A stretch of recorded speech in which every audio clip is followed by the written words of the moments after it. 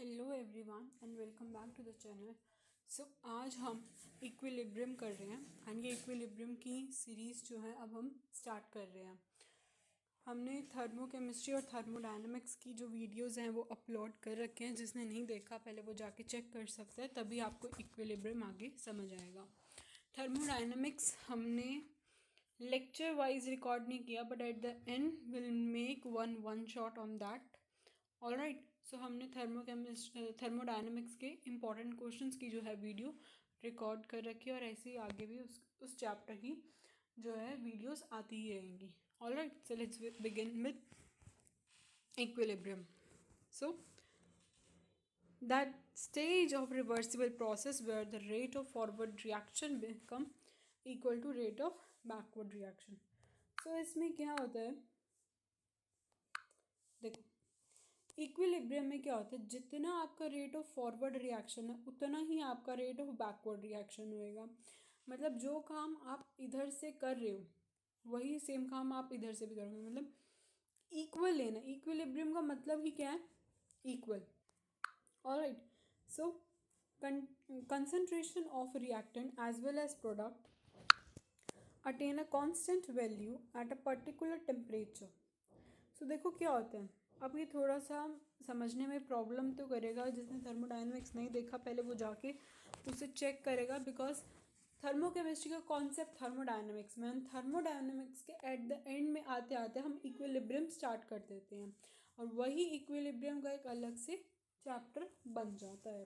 ठीक है, अब आगे देखो, concentration of reactant as well as product at a constant value at a particular temperature. ठीक है, तो कांस्टेंट वैल्यू लेनी है। देखो कांस्टेंट वैल्यू अगर हम बात करते हैं जो रिएक्टेंट और प्रोडक्ट की है, उन्हीं का कांस्टेंट रेशियो होगा। कांस्टेंट वैल्यू जो रिएक्टेंट और प्रोडक्ट का जो कंसंट्रेशन, देखो उनकी जो रिएक्टेंट और प्रोडक्ट की कंसंट्रेशन, उनका हम जब भी कंसंट्रेशन लेंगे कांस्टेंट वैल्यू आएगी।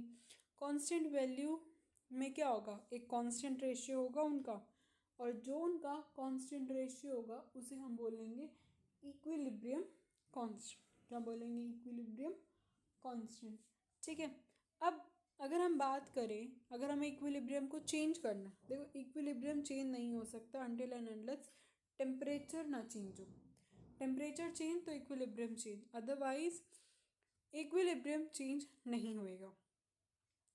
जैसे हम पढ़ते हैं P V is equals to N R T, तो प्रेशर किसके इक्वल होएगा, N R T by V.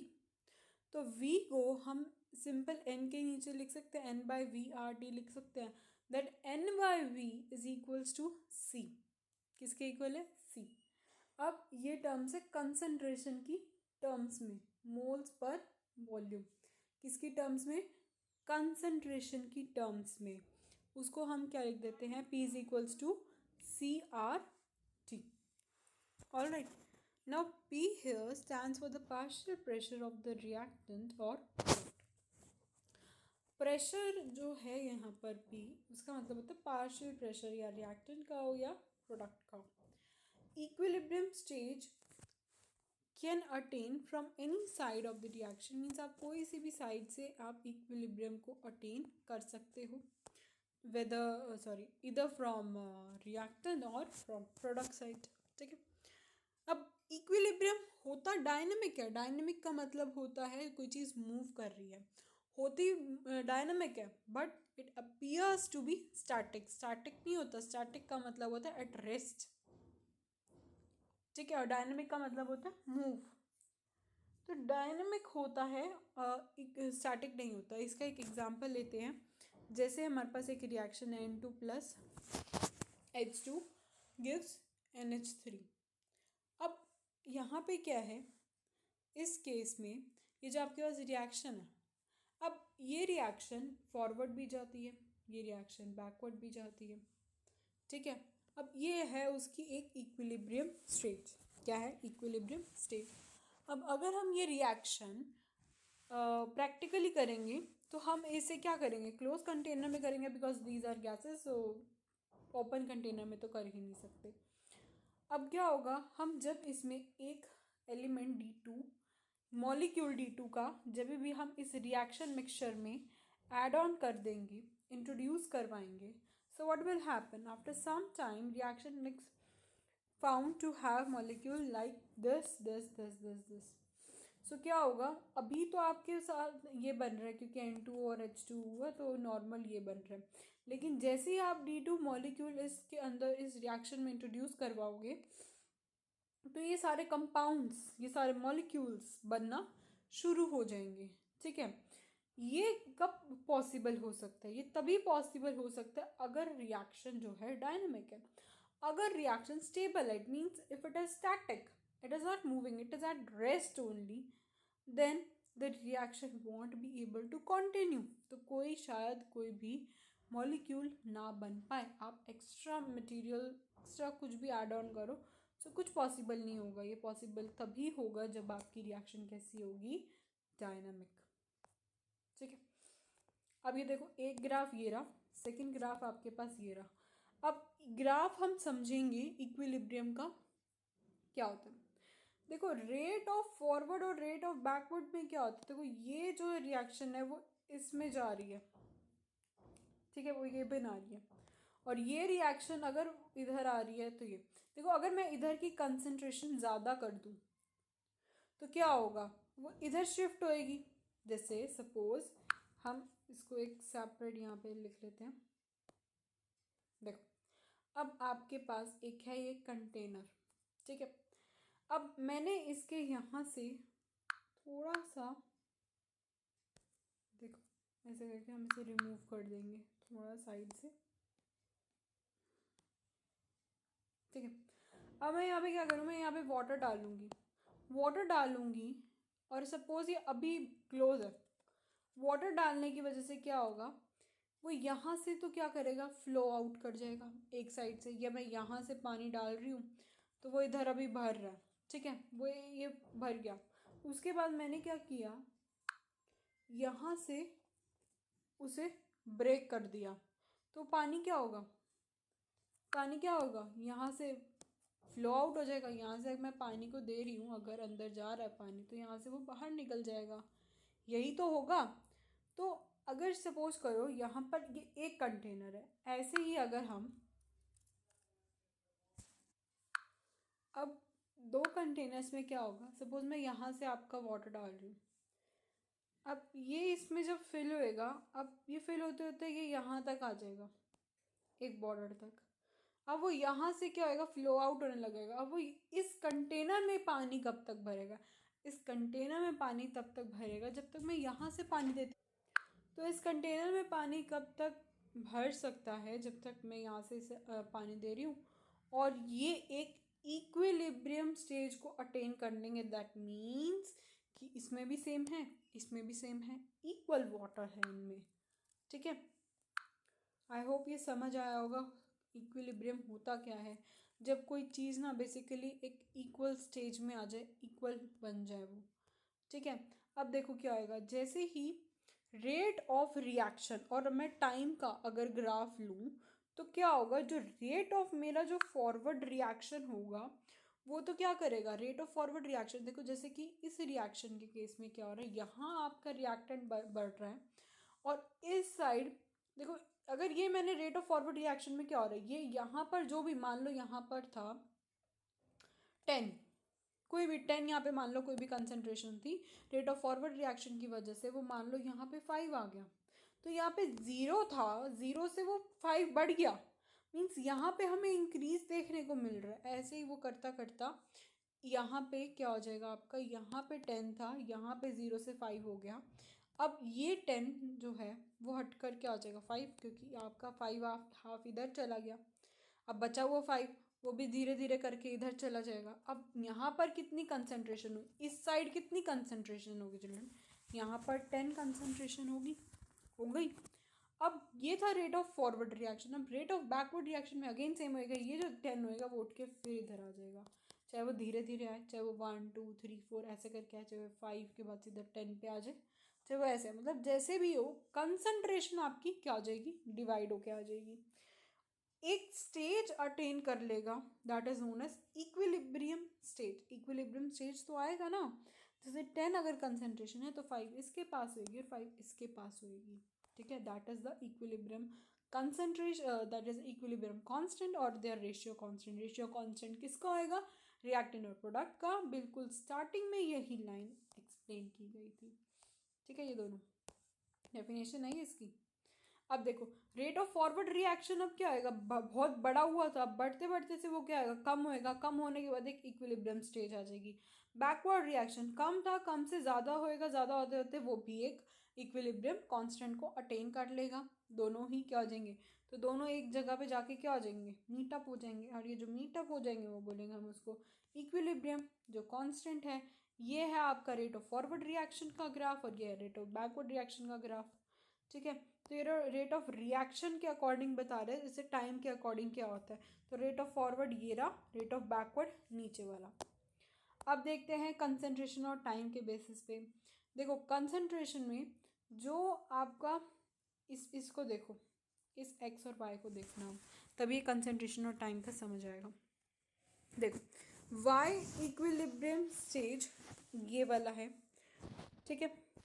तो इसे देखते हैं, जो आपका ये वाला है ये, तो ये क्या है आपका वाई इक्विलिब्रियम स्टेज है और ये आपका एक्स इक्विलिब्रियम स्टेज है। यानी जो कंसंट्रेशन है, कंसंट्रेशन जैसे इधर भी कम ही हो रही थी, इधर भी कंसंट्रेशन हम कम ही करेंगे। अब लेकिन जो वाई की कंसंट्रेशन है वो ज़्यादा हो रही है, वो टाइम के साथ बढ़ेगी। वो अगर ये कम हो रही है इसकी कंसंट्रेशन, तो वो उसी को ही क्रॉस करके उसको बढ़ेगी, वो बढ़ेगी, ठीक है। टाइम के साथ वो दोनों ही क्या हो जाएंगे, आपस में कांस्टेंट स्टेज को अटेन कर लेंगे। फ़र्क क्या था, रेट ऑफ रिएक्शन का। यहाँ पर रेट ऑफ फॉरवर्ड बता रहे थे कि फॉरवर्ड आके दोनों एक इक्विलिब्रियम पे आ गए। कंसंट्रेशन के बेसिस पे वो बढ़ के बहुत कम हो जाता है, ये कम था लेकिन ये बढ़ के बहुत ऊपर चला जाता है। तो ये यहाँ से देखेंगे, ये जो आएगा ना, ये नीचे वाला देखेंगे, तो ये जो पॉइंट है particularly that is the why equilibrium stage. और अगर हम इसका पॉइंट देखेंगे तो ये जो इसका यहाँ पे कंसंट्रेशन आता है ये होता है एक्स का इक्विलिब्रियम स्टेज। समझे, क्या समझे कि ये है एक्स का इक्विलिब्रियम स्टेज, ये है वाई का इक्विलिब्रियम स्टेज। यहाँ पे प्रोडक्ट का इक्विलिब्रियम है और यहाँ पर रिएक्टेंट का इक्विलिब्रियम है। ये दोनों की यहाँ से हमने कैसे कैसे ऐसे ऐसे करके कंसंट्रेशन को देख लिया। अब ये काइनेटिक है, काइनेटिक का मतलब होता है मूवमेंट, मतलब मूवमेंट तो हो रही है आपकी through the reaction, through the process, movement यहाँ तक हो रही, लेकिन वो जब भी यहाँ पे आ जाता है तो वो यहाँ आके कांस्टेंट हो जाता है। मतलब अगर ऊपर काइनेटिक थे, काइनेटिक मीन्स अगर ऊपर मूवमेंट हो रही है तो एक स्टेज पे आके कांस्टेंट हो जाएगा। ऐसे ही यहाँ पे अगर काइनेटिक है मतलब यहाँ पर मूवमेंट हो रही है, बट एक स्टेज पे आके ये भी कांस्टेंट हो जाएगा। ऑल राइट, आई होप ये दोनों ही ग्राफ समझ में आए होंगे। अब आगे बढ़ते हैं, कांस्टेंट वैल्यू फॉर श्योर। देखो कांस्टेंट वैल्यू आएगी जो भी हो रहा है, चाहे आप इसमें, अच्छा ये बताओ इस वाले ग्राफ में और इस वाले ग्राफ में, दोनों ही ग्राफ में हमने क्या सीखा, हमने ये सीखा कि इक्विलिब्रियम जो भी आ रही है, व्हाटसोएवर इक्विलिब्रियम इज दिस, उनके रेशियो कांस्टेंट। रेशियो कैसे कांस्टेंट है, क्योंकि रिएक्टेंट और प्रोडक्ट कांस्टेंट आ रहे हैं, हमेशा क्या आ रहा है, कांस्टेंट आ रहा है, that is why that is ratio constant, ठीक है। रेशियो उनके तो क्या आएंगे, कांस्टेंट होंगे, यानी कांस्टेंट वैल्यू तो इक्विलिब्रियम लेके आएगी। इक्वल वैल्यू हम कह नहीं सकते कि दोनों की इक्वल आएगी, कांस्टेंट ज़रूर आ सकती है, इक्वल आने में फ़र्क है। जैसे मैंने कहा कांस्टेंट और इक्वल का क्या मतलब होता है, या तो दोनों ही 5-5 है, और अगर हम कांस्टेंट, ये तो वैल्यू होगी ना, उसकी भी रिएक्टेंट की भी 5 आ जाए और प्रोडक्ट की भी 5 आ जाए, वो तो डिपेंड करता है। अगर मान लो रिएक्टेंट की 10 आ रही है, प्रोडक्ट की 5 आ रही है, लेकिन अगर हम इसका रेशियो देखें तो ये आ जाएगा आपका 2, क्या आ जाएगा 2, 10 और 5 का रेशियो देखेंगे तो क्या आएगा आंसर 2। तो ये 2 क्या है, ये आपकी कांस्टेंट वैल्यू ही तो है। तो हम ज़रूरी नहीं है हमेशा कि इक्विलिब्रियम आपको रेशियो आपको हमेशा इक्वल दे, ठीक है, इक्वल तो देना इज़ नॉट पॉसिबल, ज़रूरी नहीं है। और ये भी नहीं कह सकते कि हर बार इक्वल ही आए, रेशियो कांस्टेंट आएगा, दैट इज़ डेफिनेटली परफेक्ट, ठीक है। आई होप समझ आया होगा ये। and this one is exo. देखो थर्मोडायनेमिक्स में हमने पढ़ा था ये, इसके हमने जो फॉर्मूलेज है कुछ इसी से मिलते जुलते एट द एंड किए थे, उसकी भी एक जो है रिकॉर्डिंग अलग से ही थर्मोडायनेमिक्स में रिकॉर्ड हो जाएगी, वो जाके चेक कर लेना आफ्टर दिस वीडियो। अब देखो क्या होता है kinetics, change in concentration with time, time के साथ जो होती है कंसंट्रेशन चेंज होती है, इसी के अंदर हमने काइनेटिक्स लिखा है, इसके अंदर हमने वर्ड काइनेटिक्स नहीं डाला, हमने इसमें डाला है। और काइनेटिक्स के आपको यहाँ पे डेफिनेशन भी बाकायदा लिख के दे दिया है कि change in concentration with time. अब केसी क्या होता है, केसी होता है इक्विलिब्रियम कांस्टेंट वैल्यू, यानी इक्विलिब्रियम की कांस्टेंट वैल्यू कब आएगी, आप पहले क्या लोगे प्रोडक्ट और फिर लोगे रिएक्टेंट। अब कहोगे मैंने अभी यहाँ पे एग्जांपल लिया था, मैंने 10/5 किया था, वो मैंने जस्ट एज एन एग्जांपल बोला था, कोई हम उसे क्वेश्चन की तरह सॉल्व नहीं कर रहे थे, सिर्फ समझाने के लिए कि इक्वल वैल्यू क्या होती है और कांस्टेंट वैल्यू क्या होती है वो बताने के लिए, ठीक है। के सी का मतलब होता है आपका इक्विलिब्रियम कांस्टेंट, जो आपका प्रोडक्ट बाय रिएक्टेंट आएगा। उसके बाद एंडोथर्मिक जब भी रिएक्शन होएगी तो उसमें जो है आपका के सी जो होएगा वो बढ़ेगा। के सी क्यों बढ़ेगा एंडोथर्मिक रिएक्शन में, because in that you need to give the heat देनी पड़ेगी, हीट देनी पड़ेगी, और हीट देने पे क्या आएगा एंडोथर्मिक है, के सी बढ़ेगा, यानी आपका जो प्रोडक्ट हैंड साइड है वो उस टाइम पे बढ़ रहा होगा। और एक्सोथर्मिक पे इसका उल्टा होता है, ठीक है, आपका ये आपका एक्स बढ़ता है एक्सोथर्मिक पे, ठीक है, तो दैट्स वाई वो के सी क्या हो जाता है कम हो जाता है, इनवर्सली प्रोपोर्शनल हो गए ना। चलो, for the reaction involving gases equilibrium can be attained in closed container, as I have already told you. Catalyst has no effect on the stage of equilibrium because it increases the rate of forward as well as backward reaction by the same extent. देखो catalyst होता है, अगर हमें कोई भी reaction अगर हम कर रहे हैं और हमें अपनी रिएक्शन को फास्ट करना है तो वो होता है कैटलिस्ट। कैटलिस्ट का किसी भी रिएक्शन पे कोई असर नहीं होता, बस वो क्या करता है रिएक्शन को फास्ट कर देता है फॉरवर्ड, और वो फॉरवर्ड हो गया तो बैकवर्ड भी उतनी जल्दी से फास्ट हो जाएगा, ठीक है। जैसे अगर हम रात को चिकपीस या कोई भी सीड्स जो है अगर सो करके रखते हैं तो हम उसके अंदर क्या कर लेते हैं पिंच ऑफ बेकिंग सोडा या कुछ ऐसी चीज़ डाल देते हैं, वो एक कैटलिस्ट की तरह एक्ट करती है ताकि वो जो उनकी सीड्स है वो फूल जाए, ठीक है। Now therefore only the time required to attain equilibrium state is reduce, means only the time required to attain equilibrium is reduce, क्योंकि अभी जस्ट बताया गया था कि इक्विलिब्रियम तभी बदलता है जब टाइम बदलता है, ठीक है। Now law of mass action, law of mass action क्या होता है, देखो children, rate of reaction is directly proportional to the active mass of the reactant, उसकी power coefficient.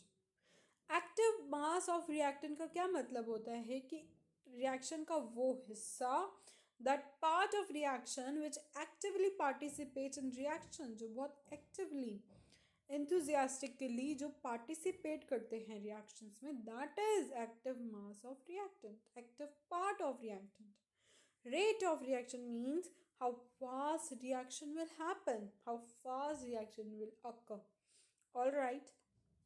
For dilute solution active mass is equals to molar concentration, अगर आप कोई भी dilute solution लेते हो तो एक्टिव मास किसके इक्वल होएगा, उसके मोलर कंसंट्रेशन के लिए। For that you need to put these brackets, close brackets, ठीक है। अब एग्जांपल देखो, जैसे कि ये कोई भी एक रिएक्शन है, रिएक्शन में है ए प्लस बी और एक्स वाई जेड कोई भी मान लो यहाँ पे प्रोडक्ट बन रहा है, इसका कोफिशिएंट ए है, इसका कोफिशिएंट स्मॉल बी है, तो रेट ऑफ रिएक्शन क्या होगा, रेट ऑफ रिएक्शन होएगा एक्टिव मास ऑफ रिएक्टेंट।